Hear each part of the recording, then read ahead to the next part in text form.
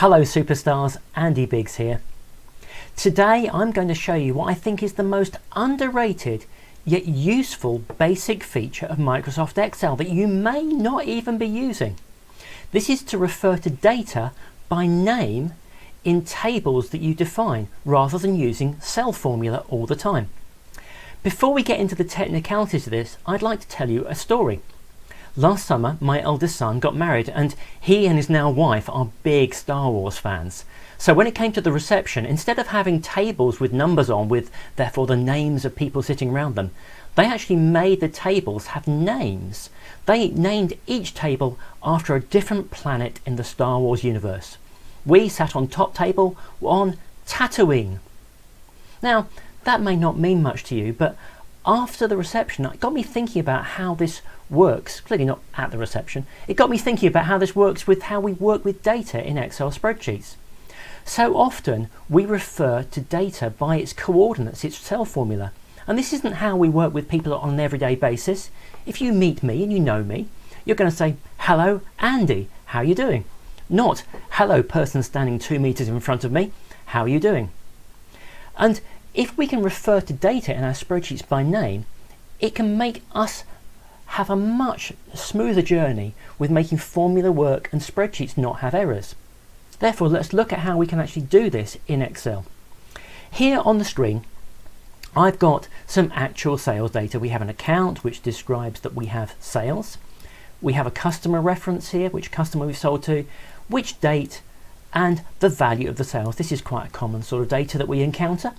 Now, if we want to add up that data, traditionally with formulae, what we do is we write a sum formula. We just go sum and we take a range of cells here and we'd add up to create the total.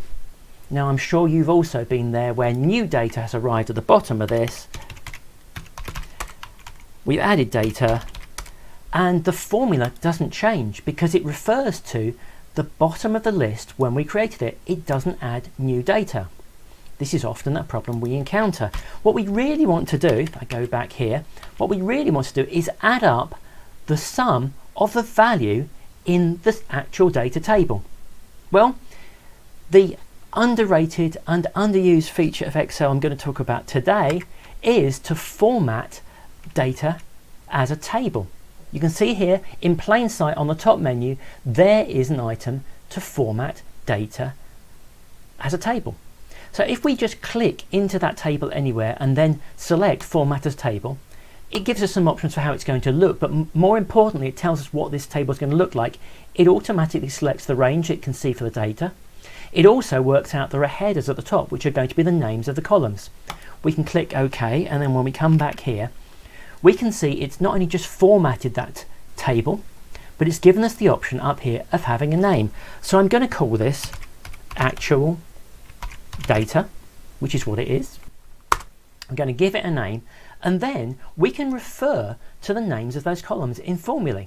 So to add up that sum, I go equals sum again, but this time I hover over the top of the column. It gives me a little arrow going down.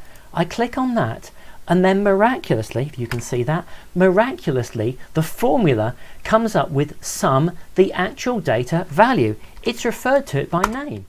Isn't that fascinating? Now, it returns the same data number as before, but look what happens when we actually add some data. If I add some new data at the bottom here and put a date in, you can see then that the sum has added up and included that new line. So it knows, the spreadsheet knows that whatever's in that column called value, it's going to add up. This means I'm not going to have a formula problem in the future because I have referred to this data by name. This is just a small example of all the other uses you can have for data tables, and there are many more which I'll talk about in other Info Superstar videos. But for now, I hope that's been really useful for you, just as a little tip to get more out of Excel. I'm Andy Biggs, this is Info Superstar. Adios amigos.